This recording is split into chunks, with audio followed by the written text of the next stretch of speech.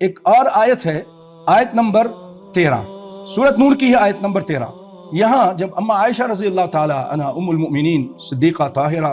مطہرہ رضی اللہ تعالی عنہا پر جب تہمت لگائی گئی، الزام لگایا گیا، تو اللہ تعالیٰ نے آیت اتار دی، بہت ساری آیتیں اتاری۔ اس میں یہ بھی فرمایا لولا جاءوا علیہ باربعۃ شہداء،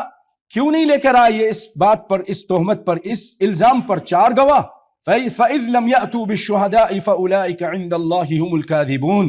اگر یہ گواہ نہیں لے کر آئے 4 گواہ تو یہ اللہ کے نزدیک جھوٹے ہیں۔ اس آیت کے بعد امام مالک فرماتے ہیں جو نام نہاد مسلمان اما عائشہ رضی اللہ تعالی عنہا پر بے حیائی کا الزام عائد کرتے ہیں وہ کافر ہیں، کیونکہ وہ اللہ کی اور قرآن کی تکذیب کرتے ہیں، یعنی اللہ کو بھی جھٹلاتے ہیں اور قرآن کو بھی۔ اللہ رب العالمین تو کہہ رہا ہے کہ یہ جھوٹے ہیں، یہ الزام لگا رہے ہیں سبحانک ھذا بہتان عظیم، اور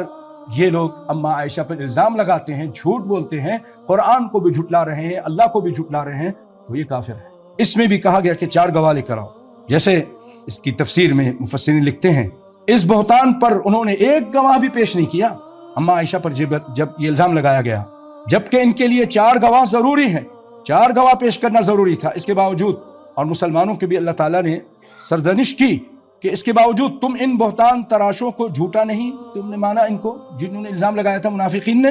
یہی وجہ ہے کہ ان آیت کے نزول کے بعد نبی صلی اللہ علیہ وسلم نے سیدنا حسان بن ثابت جو اسلام کے شاعر تھے، وہ بھی ان کی باتوں میں آ گئے تھے اور اس طرح کی باتیں کہی تھیں، منافقین کی باتوں میں آ گئے تھے اور الزام میں شامل ہو گئے تھے لگانے والوں میں۔ مصطح اور حمنہ بنت جحش یہ سچے مسلمان تھے اور ان سے بھی یہ بھول ہو گئی، تو ان لوگوں کو درے لگائے گئے تھے، حد قذف لگائی گئی، مسند احمد میں ہے، جامع ترمذی میں ہے۔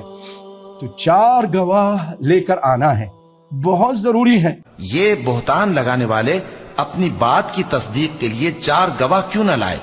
تو جب یہ گواہ نہیں لا سکے تو اللہ کے نزدیک یہی جھوٹے ہیں۔ اور اگر دنیا اور آخرت میں تم پر اللہ کا فضل اور اس کی رحمت نہ ہوتی تو جس شغل میں تم منہمک تھے اس کی وجہ سے تم پر بڑا سخت عذاب نازل ہوتا،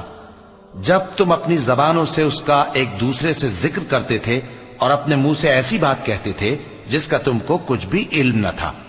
اور تم اسے ایک ہلکی بات سمجھتے تھے، حالانکہ اللہ کے نزدیک وہ بڑی بھاری بات تھی۔